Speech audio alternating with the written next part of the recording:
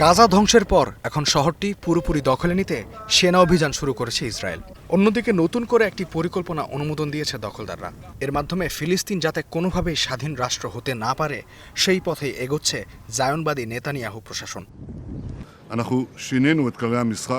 আন্তর্জাতিক বিরোধিতার পরও ইস্ট-ওয়ান বা ই-1 নামের অবৈধ পরিকল্পনা অনুমোদন দিয়েছে ইসরায়েলি প্রতিরক্ষা মন্ত্রণালয়। এর মাধ্যমে অধিকৃত পশ্চিম তীরে আরও ৩,৪০০ বাড়ি নির্মাণ করবে অবৈধ বসতি স্থাপনকারীরা।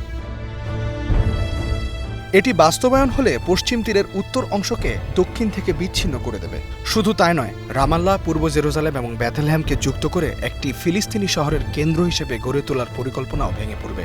বিশ্লেষকরা বলছেন, অঞ্চলটিকে দুই ভাগ করে ফেলার মাধ্যমে ফিলিস্তিন রাষ্ট্রের যে ধারণা মূলত সেটি বাধাগ্রস্ত হবে। এদিকে ইসরায়েলের এ অবৈধ পরিকল্পনার নিন্দা জানিয়ে ফিলিস্তিনি কর্তৃপক্ষ বলেছে, এটি দ্বিরাষ্ট্রীয় সমাধানের সম্ভাবনাকে ধ্বংস করবে। সম্প্রতি এই পরিকল্পনা প্রকাশ করে জায়নবাদী ইসরায়েলি অর্থমন্ত্রী বেজেলেল স্মোট্রিচ। তিনি ফিলিস্তিন রাষ্ট্রের ধারণাই মুছে ফেলার হুমকি দিয়েছেন। স্মোট্রিচ বলেন, স্লোগান দিয়ে নয়, বরং কাজের মাধ্যমে ফিলিস্তিনি রাষ্ট্রকে আলোচনার টেবিল থেকে মুছে ফেলা হচ্ছে।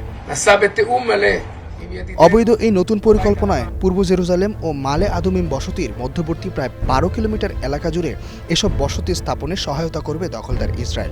এর আগে ১৯৮০ সালে ফিলিস্তিনের ঐতিহাসিক শহর পূর্ব জেরুজালেমকে দখল করে নেয় ইসরায়েল। এদিকে ইসরায়েলের অবৈধ এই পরিকল্পনার বিরোধিতা করেছে ইউরোপের দেশ। ইসরায়েলকে অবশ্যই এই সিদ্ধান্ত থেকে সরে আসার আহ্বান জানিয়েছে যুক্তরাজ্য। জাতিসংঘের মহাসচিব অ্যান্তোনিও গুতেরেস অবৈধ বসতি স্থাপনের বিরোধিতা করেছেন। জর্ডানের রাজা দ্বিতীয় আবদুল্লাহ এর প্রতিবাদ জানিয়ে দ্বিরাষ্ট্রীয় সমাধানের কথা বলেছেন।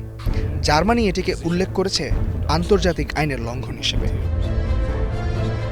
এত দেশ ইসরায়েলের সমালোচনা করলেও ব্যতিক্রম কেবল যুক্তরাষ্ট্র। দেশটি দখলদারের সাফাই গিয়েছে।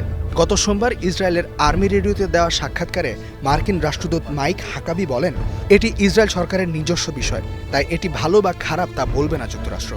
তবে এটি আন্তর্জাতিক আইনের লঙ্ঘন নয় বলে দাবি তার। ইস্তেহাদুল মাহমুদ, স্টার নিউজ।